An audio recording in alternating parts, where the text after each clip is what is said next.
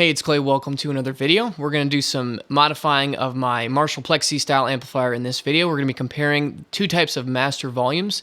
The first one would be kind of a typical pre-phase inverter master volume that's tied right at the end of the tone stack before it goes into the long tail pair phase inverter.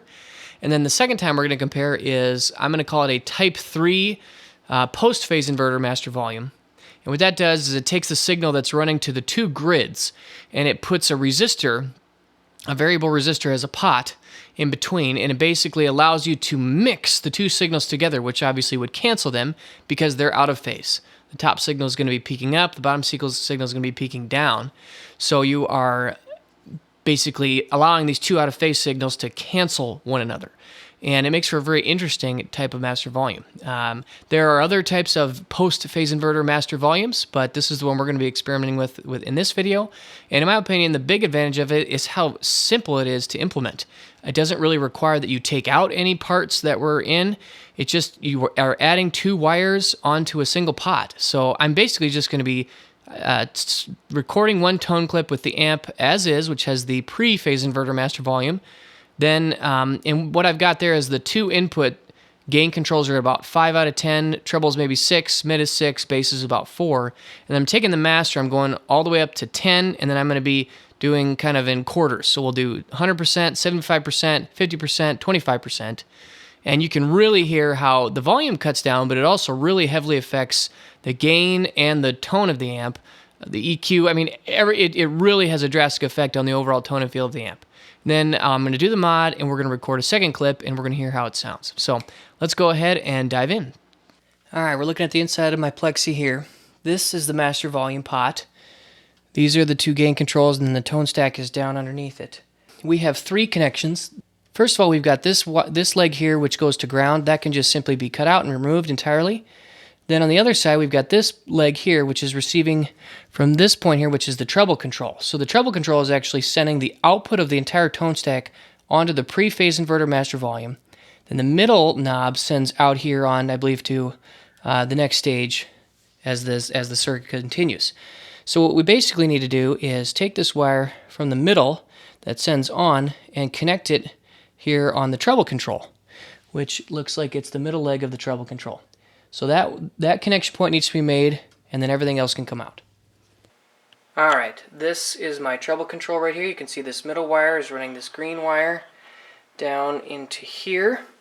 So basically we've skipped over, and this connection point down here on one of my capacitors was where my master volume previously went to. So basically we have just gone straight from the treble control past to where the master volume is. So now here's my master volume pot that is completely ready to go for the new position.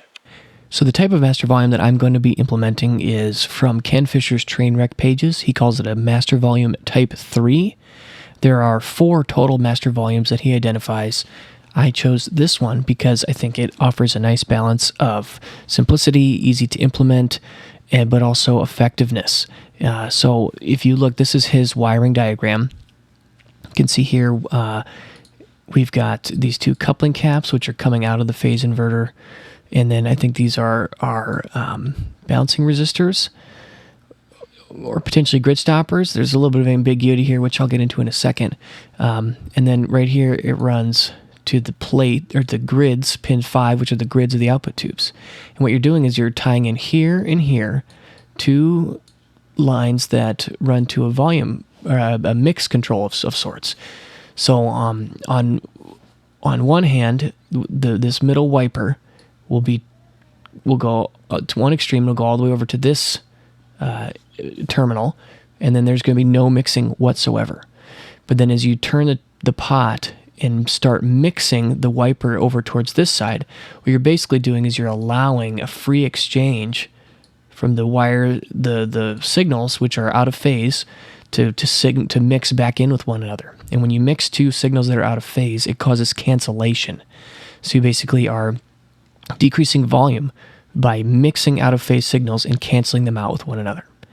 So to take a look here at our schematic, this is my Hoffman 6v6 plexi bass, and what you can see here, we've got, here's our 166, here's our other 6v6. the two power tubes. This is our phase inverter. So we've got one signal coming out right here, and we've got another signal coming out right here. These are our two out-of-phase signals. So that means that this one is going up and then down, whereas this one is going down and then up, if you think of a waveform. And they're out of phase. They come into this coupling cap, which I believe we saw on the Trainwreck page, is this one right here and here. And then we have these two mixing resistors right here, which are going to supply our negative DC bias voltage. And then we've also got these grid stopping resistors right here. So I believe that this connection point is what he is referring to. If we go back, just to clarify, you can see there's out to pin 5, two resistors that are joined together, and then splitting to each side. That's got to be these two 100Ks. So I think typically then these 1.5K resistors, I guess maybe that's an uncertainty, whether or not we insert it right here at this point and this point, or after these 1.5K resistors right here and right here. I'm honestly not 100% certain. So I'm probably going to try it both ways. I'll probably start here first, and we'll see how it goes. But again, it's a pretty simple concept. You're taking these two out-of-phase signals and mixing them in together. So that's how we're going to implement the mod on this with this master volume. Okay, now this is my two output tubes, one here and one here. You can see probably not, the keyhole's down, so we've got pins 1, 2, 3, 4, 5. This is pin 5, and this resistor is bridging over to what appears to be pin 1, and this looks to me like a 1.5K resistor. So that is the resistor in question. And then this white wire traveling back over to here, you can see there's two of them, one here, and that connects to these two coupling caps. So that's the connection point within the circuit that we are going to jumper into.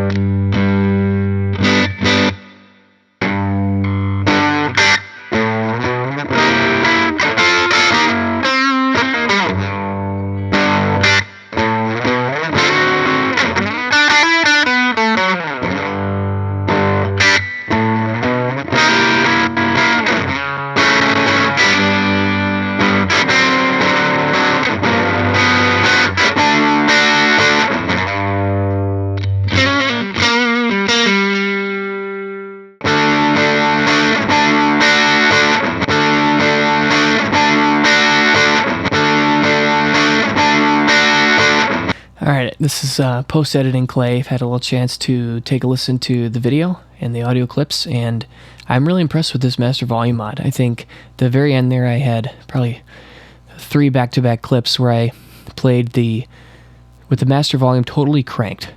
So the true bypassed full output signal, compared to when I turned the post master volume down to about halfway. So you're getting a pretty decent amount of overall signal attenuation. But then I increased the level in post-production in my mixer so that the 2 final loudness levels are about the same, to hopefully hear the differences in the quality of tone. And I really felt like the tone was very, very similar. It did not really change much. So even as you turn the master volume down, it still retains a lot of the character of the distortion. Whereas if you go back and listen to the pre-phase inverter master volume clips, the tone is just changing dramatically in terms of the amount of gain it's got, the overall EQ, the feel of it. The post-phase inverter master volume definitely keeps it a lot more true to life. Now, just a couple of little quirks with mine. When I turn my new post-phase inverter master all the way down, it does not actually kill the signal entirely. And there's also maybe some of the sweep of the pot, to really get, it's a really loud amp, probably a 50 watt amp, or maybe a 20 to 40 watt amp probably is where it's at. So turning it down to more of a bedroom level, I do need to go down to about, the first half of the sweep is not extremely effective. It's really once you get about halfway, you start to feel it. So, going from 10 to 7 doesn't really attenuate the volume tremendously.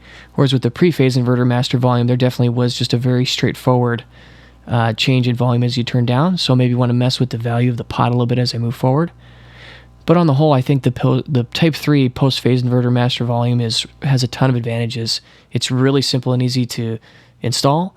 It sounds really good and is very effective for what it does. So for my purposes, I'm quite thrilled with it. Overall, I hope you guys enjoyed this video. Let me know your thoughts down below, and I'll see you again soon. Thanks. Bye.